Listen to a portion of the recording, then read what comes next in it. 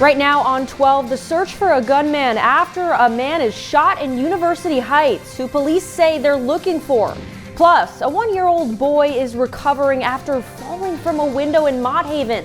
The latest details from police. And poor air quality is still a concern today, as well as strong storms. Meteorologist Alex Calamia will have more on your hyper-local forecast.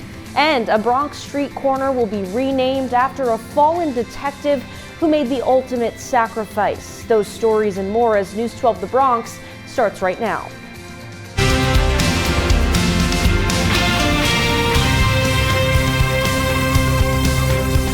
Local Matters here on News 12 The Bronx. I'm Julia Burns. Thanks for spending your Saturday with us. Now we are on storm watch.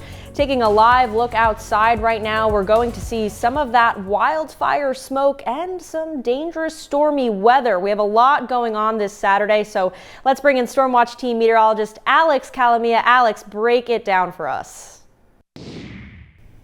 We are tracking the risk for numerous strong thunderstorms, especially west of the city, but we are all in that hatched area for isolated brief tornadoes. That risk will all depend on how many showers we see at the start of the afternoon. So if we get enough downpours, that will munch away at some of that severe thunderstorm energy, but that potential for gusty, severe storms arrives right around dinner time. So we're tracking that all the way through your evening. Alex, thank you. And remember to stick with us here on News 12 The Bronx. We'll have all the live weather coverage if severe weather does hit our area. And don't forget to download the News 12 app for free. You can stay up to speed on the latest updates on your hyper-local forecast.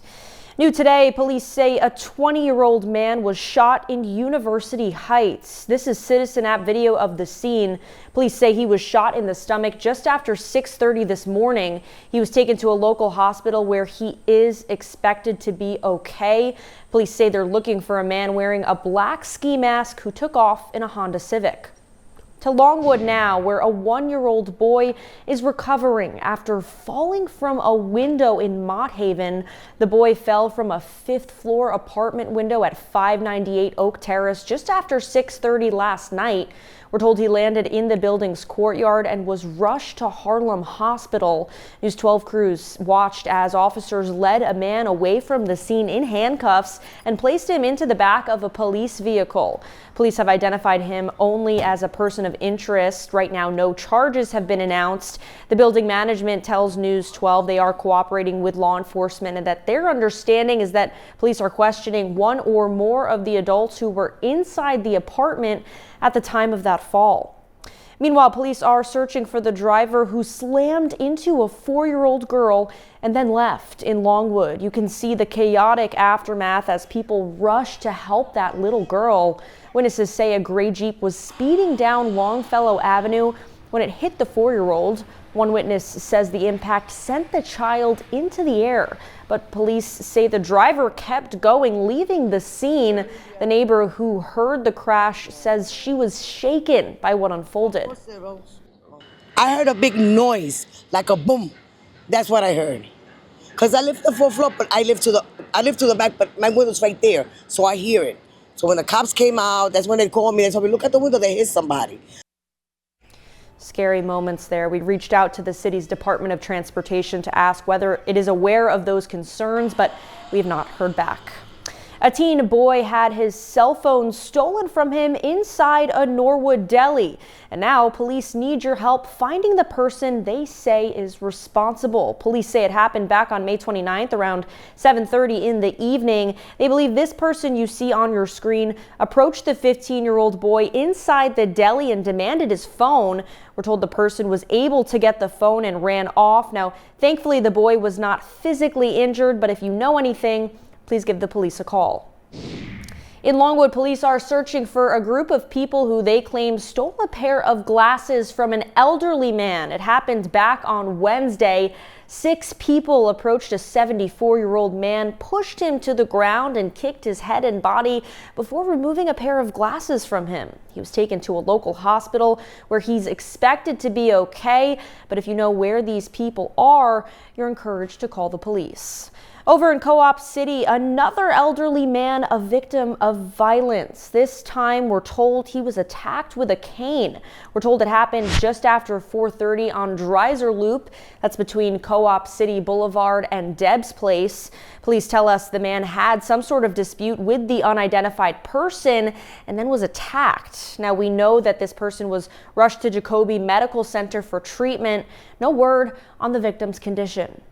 Mayor Zoran Mamdani speaking exclusively with News 12 while visiting teenagers and young adults in the city. The group focused on ending gun violence and youth crime.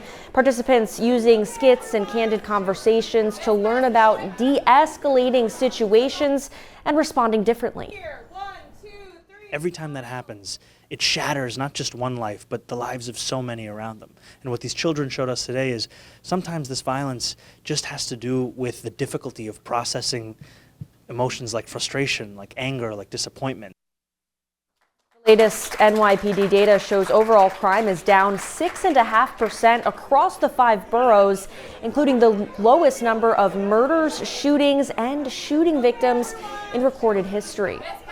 A Bronx street corner will soon bear the name of an NYPD detective who made the ultimate sacrifice in the line of duty. News 12's Jody Juliana Powell is at the alert center on how a Parkchester intersection will be renamed Detective Diderol Islam Way to honor his legacy.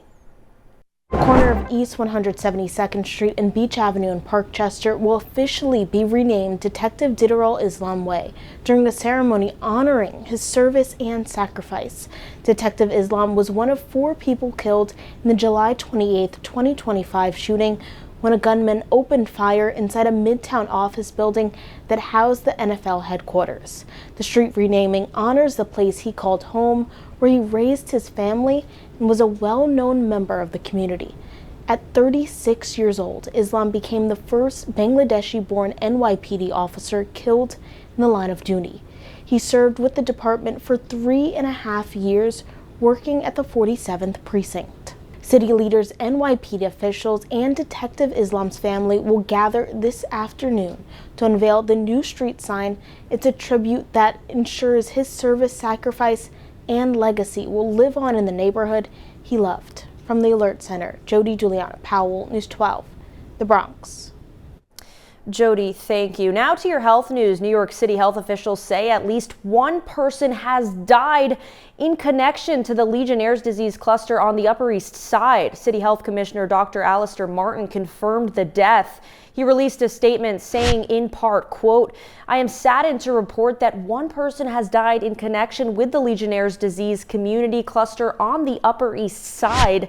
My deepest condolences are with their loved ones, and out of respect to their personal privacy, we will not be releasing any additional information on the individual," end quote. As of today, 67 people have been diagnosed in connection with the cluster. 12 patients remain hospitalized. The FIFA World Cup final is tomorrow. Fans have been flocking to watch parties and fan zones all summer long. And ahead of the event, New York City appointed its first ever World Cup czar under the Mamdani administration. Maya Handa has been tasked with bringing together city agencies, mayoral offices, and private sectors to host fans from all across the globe for the largest sporting event. We caught up with Honda ahead of the final match to share her experience and the impact the game has had here on our city. It has been an incredible amount of work, but it's so worth it. We have seen tens of thousands, hundreds of thousands of people out in the streets watching the games, at fan fests, spending their money in small businesses and just celebrating their teams, and it's just been an electric summer. And you can join us on News 12 for a special edition of Power and Politics tomorrow at 11:30 in the morning ahead of the big game. Plus, we speak one-on-one with Mayor Zoran Mamdani about his ambitious plans to speed up buses across our city and the roads that will be impacted in your neighborhood. And like we said, all eyes will be on MetLife Stadium tomorrow as the World Cup final between Argentina and Spain goes down. And with all that going on near the city, it'll be a gridlock alert day. Major crowds are expected across Midtown Manhattan throughout the day. Officials are urging commuters to expect significant delays and to use mass transit when possible. Several Bronx-based filmmakers are getting the chance to feature their work right here in the borough. It's called the Bronx River Anthology. The independent film series is a collection of original short films made by local authors inspired by one of the borough's most vital landmarks, the Bronx River, of course. The anthology premiered last night in Starlight Park, but if you missed it, no worries. It's set to be screened across the city and in Westchester. The Mega Millions jackpot is now at a whopping $707 million. After there was no winner in last night's drawing, there's still a chance, people. If you bought a ticket, make sure you check it for other small prices. The winning numbers, 22, 34, 45, 48, 55, and a mega ball of 14. If you hit the next jackpot, lottery officials say that the cash lump sum would be around $303 million. The next drawing will be at 11 p.m. on Tuesday. Local matters here on 12. A sinkhole in Belmont raising safety concerns. Why one resident says she feels like her neighborhood is neglected. Plus, smoky skies and storms. We're keeping an eye on the weather. Welcome back. I'm Julia Burns. Police are looking for a duo who they say shot at a group of people in Kingsbridge. Take a look. Investigators claim they shot at people in front of an apartment building on Sedgwick Avenue the night of July 2nd. After that, the duo ran off. Now, thankfully, we're told no one was physically injured, but if you recognize these two, please contact the police. Meanwhile, a sinkhole in the middle of an intersection is causing concerns at the Belmont section of the Bronx. The intersection of Webster Avenue and East 182nd Street is turning heads for all the wrong reasons. A deep sinkhole with a cone placed inside, located in the middle of a busy intersection. Yamilet Vasquez says other sections of the Bronx are getting fixed, but she feels like parts of Belmont, like this one, are being ignored by city agencies. Yamilet lives in the area and says this can cause serious damages to a car. I'm not a driver, but that's really dangerous. It definitely will pop. Your tire would definitely get stuck. News 12 reached out to the Department of Environmental Protection, who says it's working to repair the roadway as safely and quickly as possible. Now to a taking action alert. Bronxites, if you shop at Target, you might want to listen up. Most people don't usually think of shoes as a choking hazard, but more than 200,000 are being recalled for that very reason. Cat and Jack children's sandals sold at Target have decorative pearls on them. We're told the problem is that those pearls can come off and become choking hazards. So far, there have been 23 reports of this happening, but thankfully no injuries were reported. Target is issuing refunds to anyone who bought those sandals.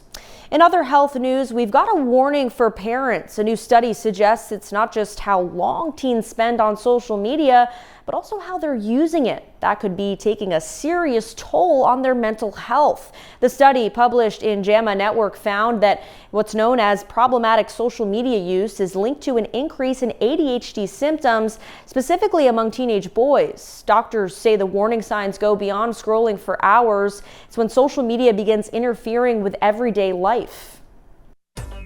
These are youth that go to sleep holding their smartphones in their hands while they're sleeping, and every time it vibrates or buzzes, they wake up and check.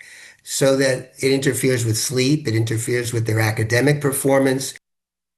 Experts say parents should set healthy boundaries around social media use, including limiting screen time, keeping phones out of the bedroom at night, and encouraging regular breaks from apps to help protect their children's mental health. Well, the summer concert series is in full swing this season. These pictures on your screen are from last Saturday, when Bronx Borough President Vanessa Gibson kicked off this year's series at the newly renovated Orchard Beach Pavilion. But if you missed the kickoff, no worries. The next concert is tomorrow at the same spot. It'll run every Sunday from 1 to 5 p.m. until the start of September. Bronxites, while the big soccer final game is tomorrow, you can still cheer on either England or France today as they battle it out for third place. France was actually a favorite to win the World Cup, and England was very close to ending a drought since its last World Cup title. They play at 5 this afternoon. If you're heading to the beach, think twice before you dive in. The Office of Emergency Management has issued an alert about life-threatening rip currents that went into effect at 6 this morning and will last until 9 tonight. Beachgoers, the easiest thing you can do to avoid rip currents is to stay out of the water at red-flagged beaches. Only swim if you see a lifeguard is there. And if you are caught in a rip current, the last thing you want to do is panic. Avoid swimming against the current, and make sure you try your best to stay afloat until help comes, and attempt to swim parallel to the shore until that current calms down. And with more rain expected today, Notify NYC wants to remind Bronxites to clear their catch basins today and tomorrow. If you have grates, be sure to wear gloves and look out for traffic. You can also report a clogged catch basin or grate by calling 311 or filing a report online. And speaking of rain, we are on storm watch today with smoky and stormy conditions expected. So let's bring in storm watch team meteorologist Alex Calamia. Alex, we have a lot going on in our forecast. Help us break it down. We have poor air quality out there today, but we're also watching those strong storms. The window here starts around mid-afternoon and it goes into the evening. I'm thinking that if we see those really severe thunderstorms, it's going to be around dinner time, around 4 to 5 o'clock, maybe even 6 o'clock as the sun is setting. It all depends on these showers, which are going to be in and out throughout the early afternoon. Those showers will deplete some of this thunderstorm energy. So if there's less energy in the atmosphere for these storms to work with, they won't be as severe when they arrive around mid to late afternoon. Either way, though, umbrellas are up, and make sure that you stay tuned because we will be live with any severe weather that's passing through the Bronx. Be very, very cautious out there for any evening plans. It's not pouring the entire time, but when this rain comes, it will deliver gusty, damaging wind potential here, and also flash flooding and frequent lightning. So that's what we've got to watch out for. These storms will be capable of all of it, and then it moves out. Overnight tonight, we're clearing out. We look fantastic on Sunday. The sun is out and we have blue skies. That smoke is gone and the humidity is starting to drop. So it looks good on Monday. Both air quality, humidity levels, temperatures, all feeling fantastic. But we're back in the red for Tuesday evening into Wednesday. Some more thunderstorms expected. Alex, thank you. A lot of conditions we're tracking out there, so you want to make sure you download the News 12 app for free to stay up to speed on the conditions out there in the Bronx. You can also get all the latest hyper-local headlines while you're on the go. Local Matters here on 12. We're taking a look at some fun events happening across our borough this weekend, including a watch party happening tomorrow. Those details up next.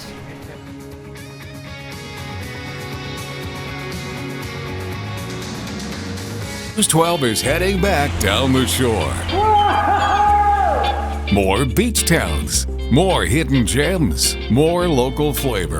Meet the people, explore the places, and follow the stories that make the Jersey Shore so hard to ignore. Join News 12 all summer long as we explore all new places only down the shore. Saturdays and Sundays at 10:30 a.m. on News 12. Welcome back. I'm Julia Burns. Bronxites, we finally made it to the weekend. Here's some fun events for you and the family to enjoy this weekend in the Boogie Down. In Melrose, there will be the 15th annual Bronx Pride Festival. Attendees will enjoy games, food, prizes, and live performances by the LDM Radio. The festival will be between 11 a.m. until 7 p.m. inside the Crotona Park Amphitheater. Then tomorrow, break out your running shoes, Bronxites, as you can go to the 5K Run on the Clouds and clothing drive. Runners will also get to enjoy giveaways, raffles, and nutritional insight. It'll be at Hoka Flatiron on 172 and 5th Avenue at 8:30 in the morning. Also tomorrow, a champion will be crowned Best Soccer Country in the World, as the World Cup final will be played at MetLife Stadium. Bronxites, if you can't make it to the match, then you can head over to St. James Park for a watch party of the final. The party is set to begin at the time of the match, which is 3 p.m. WWE superstars Joe Hendry and Jacob Fatu traded the wrestling ring for a goal ball. court in the Bronx. Goalball is a Paralympic sport designed for athletes who are blind or visually impaired. The two superstars visited the New York Institute for Special Education, where they teamed up with blind and low vision students. Players track the ball by listening to bells inside it, then use their bodies to block shots. The event gave students and superstars a chance to compete together while celebrating teamwork, adaptive sports, and inclusion.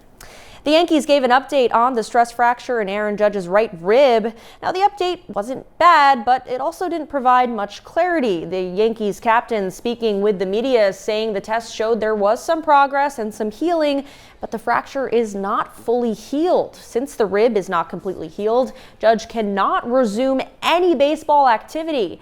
Yankees manager Aaron Boone speaking on how he's feeling after hearing that update. I feel good about the fact that he'll be back, but it's just a matter of when. Obviously, we all want Aaron Judge back in the lineup, but we, as I've said, we have a lot of capable players, and feel like finish the half on a high note, and we just have to continue to play well and hopefully continue to win ball games, and then knowing that at some point he'll join us. Judge has not played since May 31st, and during that time, the Yankees have had their struggles with a record of 18-19 during that stretch. On your sports scoreboard, the Los Angeles Dodgers defeated the New York Yankees with a final score 2-1. They play again at 8 tonight.